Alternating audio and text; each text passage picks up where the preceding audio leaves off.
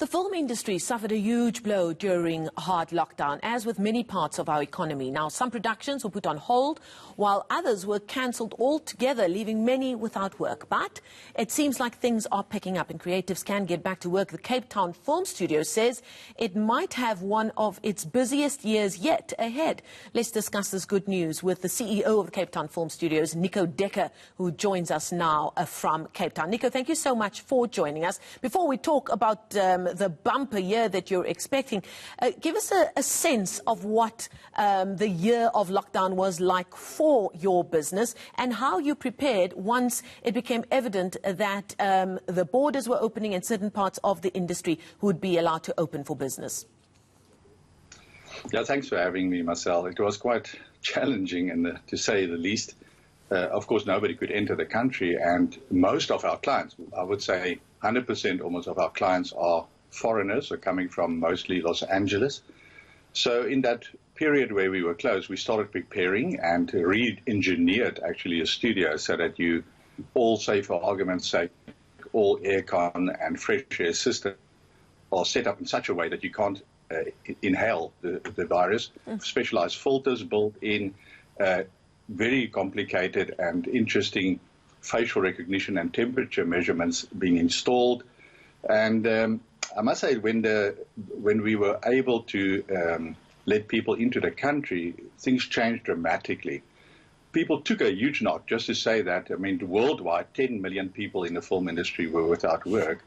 But when we were able to, to open, we were almost flooded. The studio measurements were seen to be high-tech and leading in the world.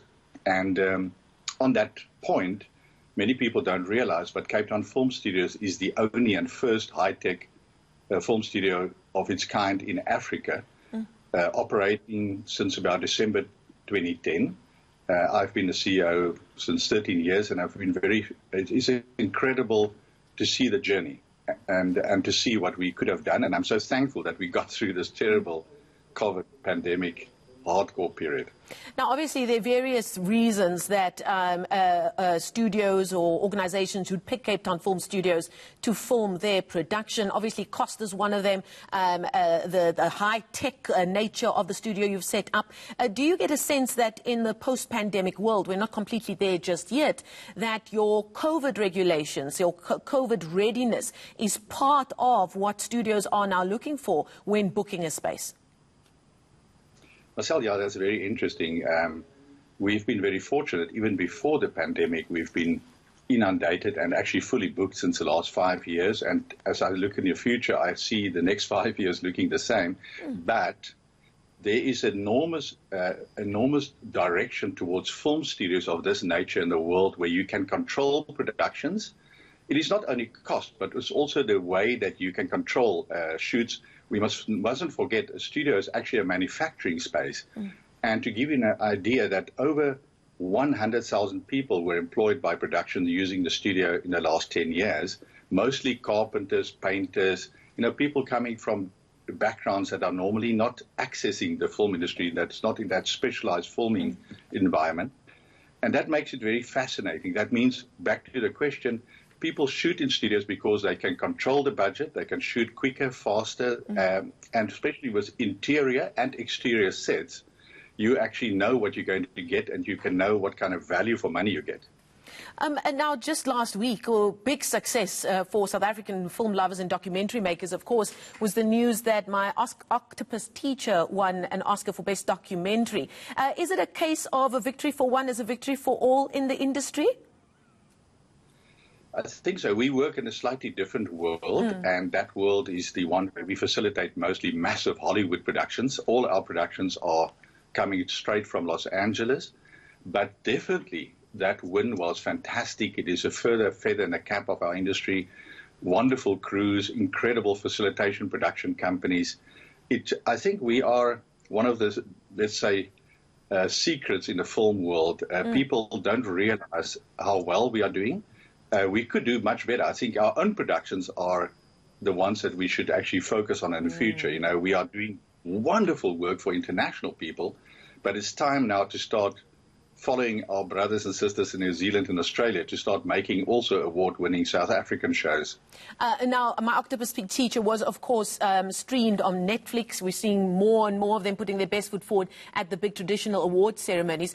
Give us a sense of, if you look at this year ahead, how much business are you getting from these new emerging and arrived streaming giants, as it were, and how much are you now still getting from your more traditional movie houses?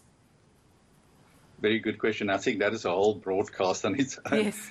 You know, traditional guys were caught completely off guard with the new players, Netflix, Amazon, Apple to some extent, and the others entering the streaming world.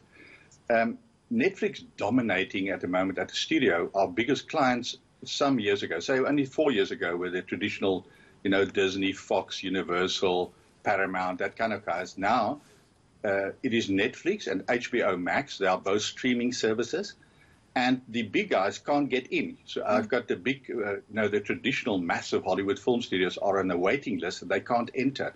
And the reason is that Netflix have diversified across the world. They are also allowing countries like ours and many places in the world to make films in their own languages and in their own style. They don't try to remake them Hollywood style. And it is such a pleasure. They follow a totally different path. As I said, that is a broadcast on its own.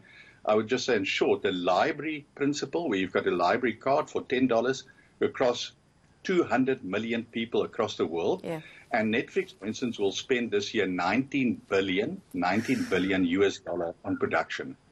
That is serious money, and they get it back because $200 million people paying $10 each. That is, thank you very much, $24 million a year income. Fascinating stuff. Nico, we could, like you said, that is a broadcast all on its own, that subject matter, but we'll have to keep that for next time. Nico Dekker is the CEO of Cape Town Film Studios. Really great news for those that they employ and just for the industry as a whole. They're expecting a bumper year, fully booked, not just for this year. And he says the next 5 years are looking good as well.